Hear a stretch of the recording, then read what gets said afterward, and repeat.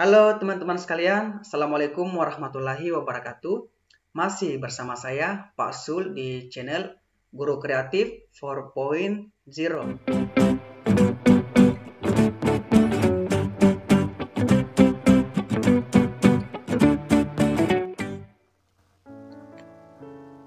Nah, baik teman-teman, di video kali ini saya akan bahas tentang seleksi administrasi serta hal-hal yang harus diperhatikan agar lolos seleksi administrasi. Nah, teman-teman, ini kemarin banyak sekali pertanyaan-pertanyaan teman-teman di grup Telegram Bimbel P3K. Assalamualaikum, mohon infonya teman-teman. Seandainya nama kita tidak ada di daftar nama yang ikut P3K, apakah kita gak bisa ikut tes P3K? Atau apa langkah yang harus kita lakukan?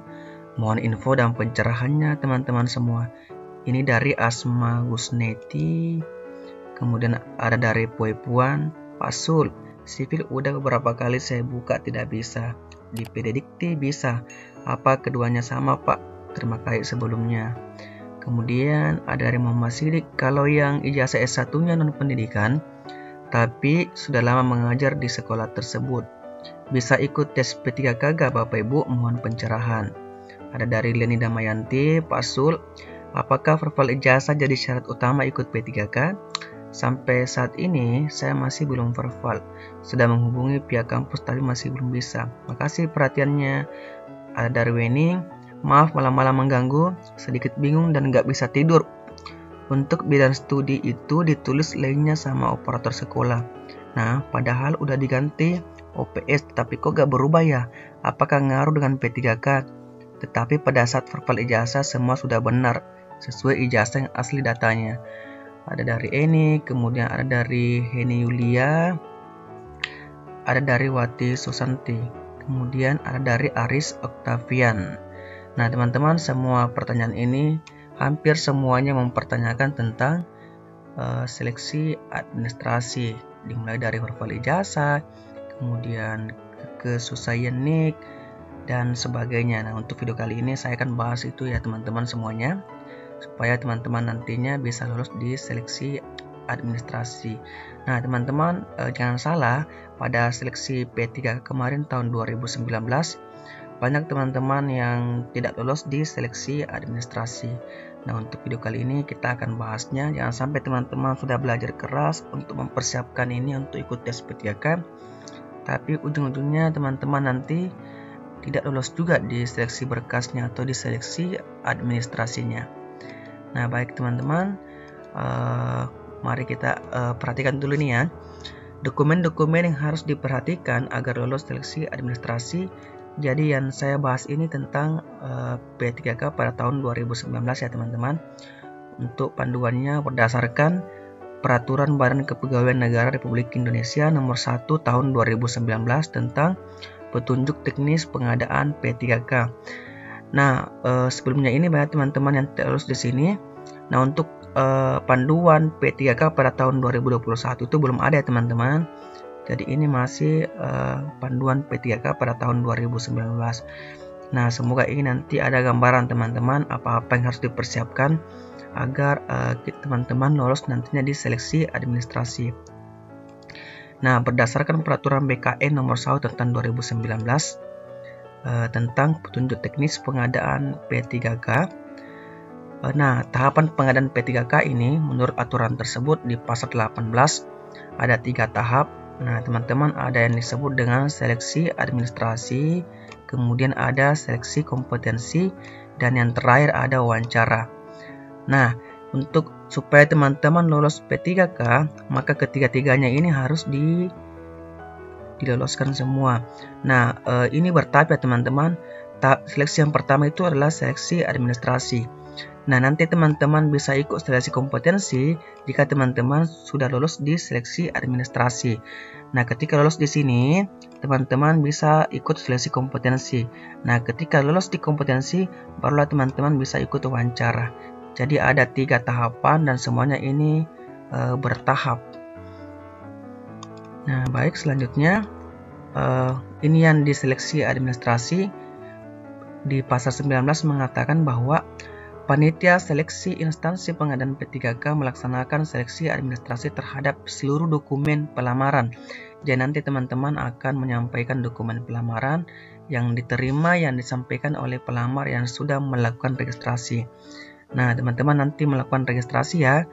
Kemudian seleksi administrasi sebagaimana dimaksud pasal ayat 1 dilakukan untuk mencocokkan persyaratan administrasi dengan dokumen pelamaran yang disampaikan oleh pelamar. Jadi tujuan dari ini ya, untuk mencocokkan persyaratan administrasi dengan dokumen pelamaran. Nah, ini nanti teman-teman jika dokumen teman-teman tidak cocok dengan persyaratan administrasi, maka bisa dipastikan teman-teman tidak lolos. Jadi nanti ada beberapa dokumen yang teman-teman harus perhatikan. Pemeriksaan kelengkapan dokumen dilakukan sesuai dengan syarat yang ditentukan. Apabila dokumen tidak memenuhi persyaratan administrasi, ini ya, saya garis bawahi ya, pelamar dinyatakan tidak lulus seleksi administrasi. Apabila dokumen tidak memenuhi persyaratan administrasi, pelamar dinyatakan tidak lulus seleksi administrasi. Nah, dokumen yang memenuhi persyaratan dan yang tidak memenuhi syarat nanti akan diberi kode yang berbeda. Nah, ini ya, ini seputar seleksi administrasinya. Nah, nanti teman-teman untuk mengikuti tahapan selanjutnya, teman-teman nanti ini akan mencetak kartu tanda peserta, kemudian mengunduhnya di halaman sscn.asn.bkn.go.id. Nah, teman-teman, apa sih sebenarnya yang harus kita persiapkan agar lolos seleksi administrasi? Nah, sebenarnya tahapan pelamaran itu terdiri atas dua. Yang pertama ada pendaftaran, kemudian yang kedua ada penyampaian dokumen lamaran.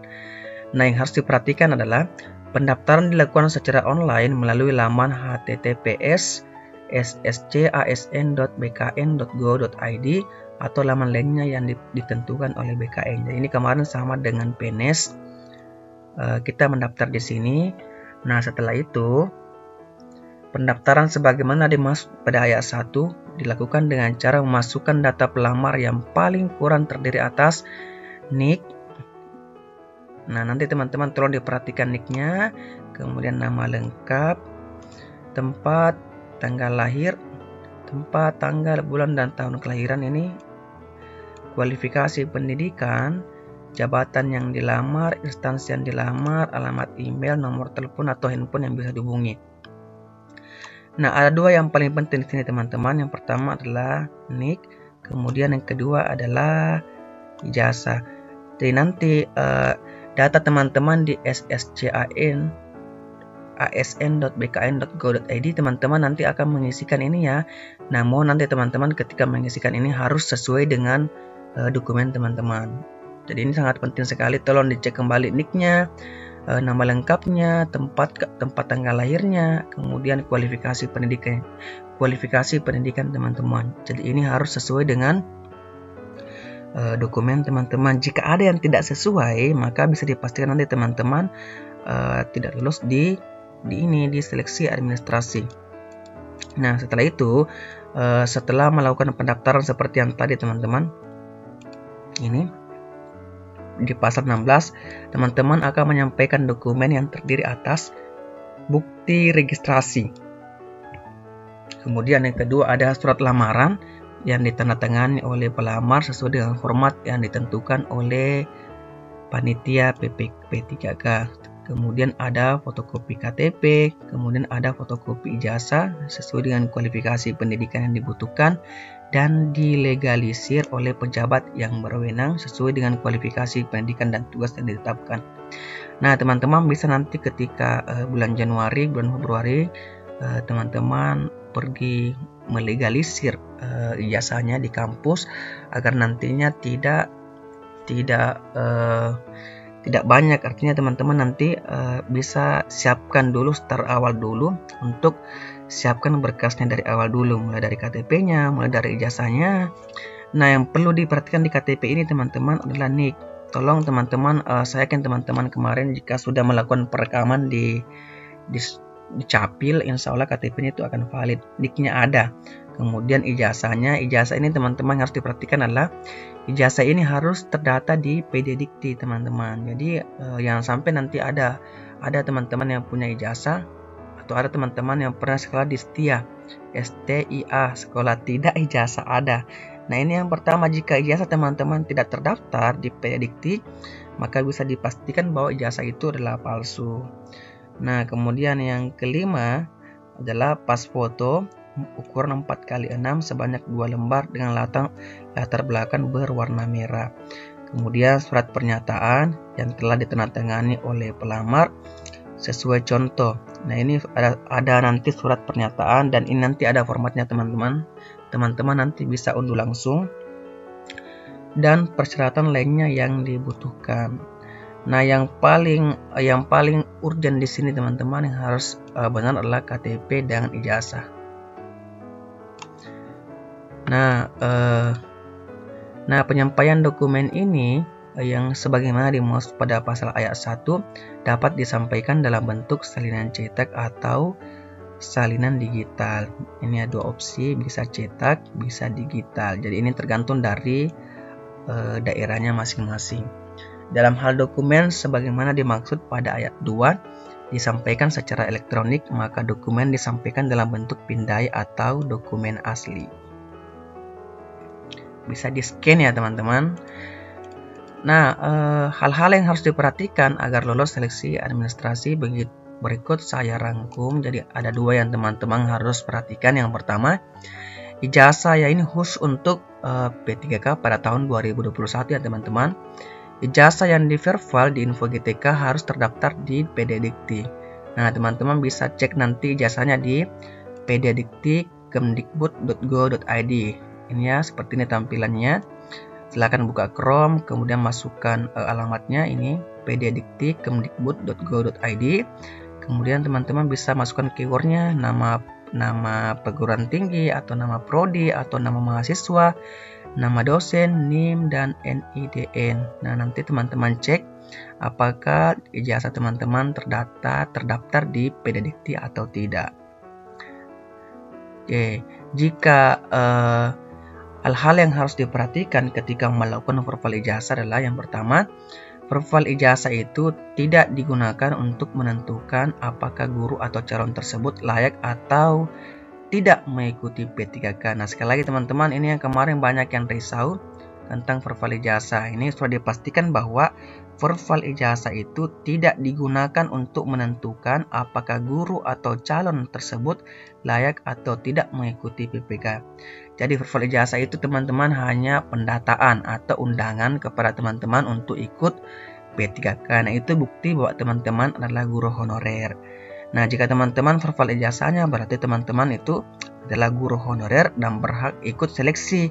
Nah, nanti yang menentukan teman-teman di seleksi administrasi adalah dokumen-dokumen yang teman-teman upload di ssc.asn.bkn.go.id. Jadi bukan di verbal ijazahnya. Sekali lagi teman-teman jangan risau ketika ada kesalahan di verbal ijazah. Ketika teman-teman sudah melakukan verbal ijazah, ada kesalahan pertama, kemudian teman-teman melakukan perbaikan, masih seperti itu, berarti tidak perlu risau, artinya teman-teman sudah berusaha semaksimal. Nah, itu verbal ijazah ini digunakan. Ini yang kedua, verbal ijazah ini digunakan untuk memverifikasi kepemilikan ijazah yang di cross check dengan database Dikti. Hanya untuk memverifikasi kepemilikan ijazah teman-teman. Nah, yang harus diperhatikan ketika memverifikasi ijazah adalah nama mahasiswa, nama perguruan tinggi, nama prodi, nomor ijazah, NIM, dan tahun lulus kuliah.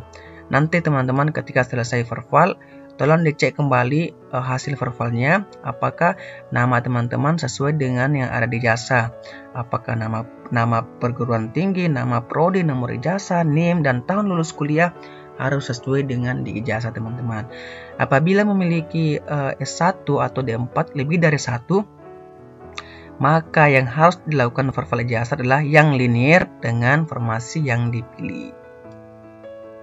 Apabila ketika verbal ijazah terdapat kesalahan data, misalnya kesalahan nama, ini ya teman, maka yang harus diperbaiki adalah data di Dikti dengan menghubungi perguruan tinggi yang bersangkutan. Nah ini teman-teman, banyak kemarin yang ada namanya salah, ada yang tidak pakai titik, ada yang tidak pakai tanda petik dan sebagainya. Nah teman-teman bisa menghubungi Dikti dengan menghubungi kampusnya, kemudian kampus nanti yang akan menghubungi pihak Dikti.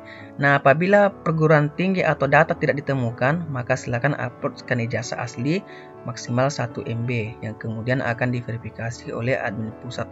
Nah ini kemarin saya sudah pernah coba di teman-teman di sekolah, ada yang datanya atau kampusnya tidak ditemukan di PD Dikti, maka saya upload ijazahnya, saya verifal infogetikanya, saya verifal ijazah dengan menggunakan metode upload, dan alhamdulillah kemarin hasil verifalnya keluar dan itu sesuai dengan ijazahnya.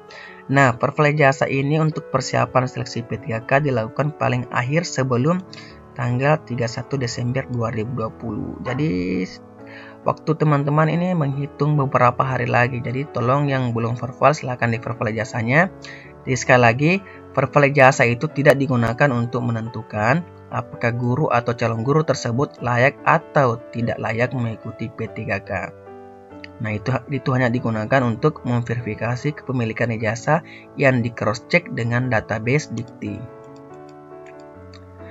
Nah hal yang kedua yang teman-teman harus perhatikan adalah kesesuaian NIK. Nah, teman-teman bisa cek NIK-nya di sini. Ini saya yakin setiap daerah itu punya website sendiri seperti yang ada di Kabupaten Kendal ini. Kita bisa cek sendiri NIK kita hanya dengan memasukkan nomor keluarga atau nomor kartu keluarga, NIK atau KTP. Kemudian nama lengkap. Nah, kita bisa cek NIK-nya apakah terdata di Capil atau tidak. Nah, teman-teman yang harus diperhatikan oleh calon pendaftar adalah kesesuaian NIK, tempat tanggal lahir yang tercantum di Dukcapil dengan database Dapodik. Nah, ini yang penting teman-teman. NIK yang ada di Dapodik ini harus sama dengan NIK yang ada di Dukcapil. NIK yang ada di Dapodik atau Infogetika harus benar dan sesuai dengan NIK yang tercantum di Dukcapil.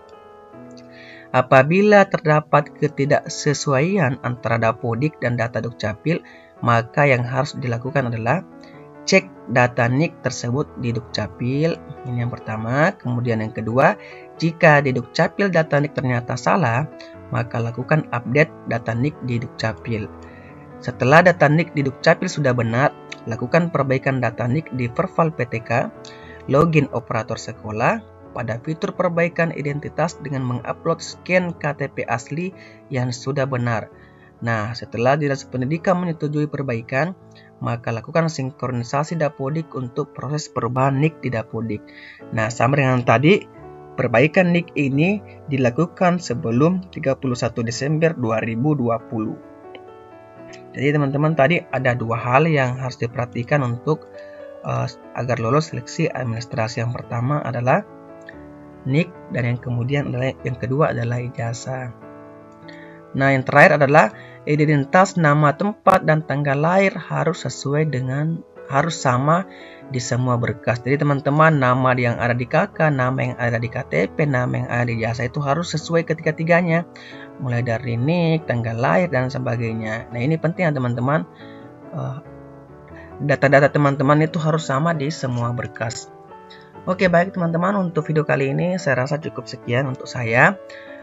Saya berharap nanti teman-teman bisa lolos di seleksi P3K pada tahun 2021. Saya yakin percaya bahwa teman-teman sampai hari ini sudah banyak yang full belajarnya, maksimal belajarnya. Jadi saya harap semoga teman-teman dimudahkan langkahnya, dimudahkan segala urusannya untuk ikut seleksi P3K pada tahun 2021. Amin ya robbal alamin. Teman-teman, terima kasih ya untuk video kali ini. Semoga bermanfaat untuk teman-teman semua. Wassalamualaikum warahmatullahi wabarakatuh dan sampai jumpa kembali di video-video selanjutnya.